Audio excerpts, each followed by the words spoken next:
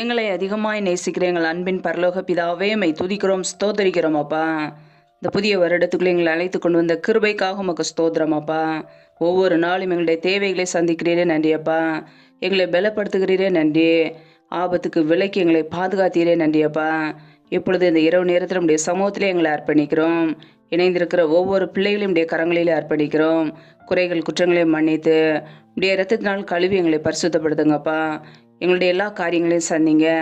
பிள்ளைகள் என்னென்ன காரியங்களுக்காக ஜெபிக்கிறார்களோ எல்லாவற்றிலும் நன்மையை கட்டளையிடுங்கப்பா.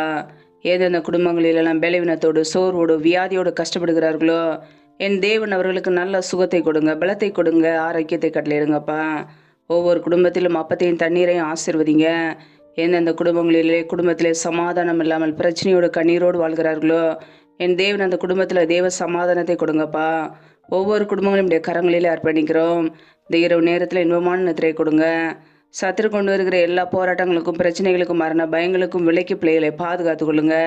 உடைய இரத்த கோட்டைக்குள்ளே ஒவ்வொரு குடும்பங்களையும் அர்ப்பணிக்கிறோம். உடைய மகிமைக்குள்ளே வைத்து எங்களை பாதுகாத்து கொள்ளுங்க. எந்த தீங்கும் எங்களை தொடாதபடிக்கு வேலியடைங்கப்பா. முற்றிலுமாக தாழ்த்தி ஜெபிக்கிறோம்.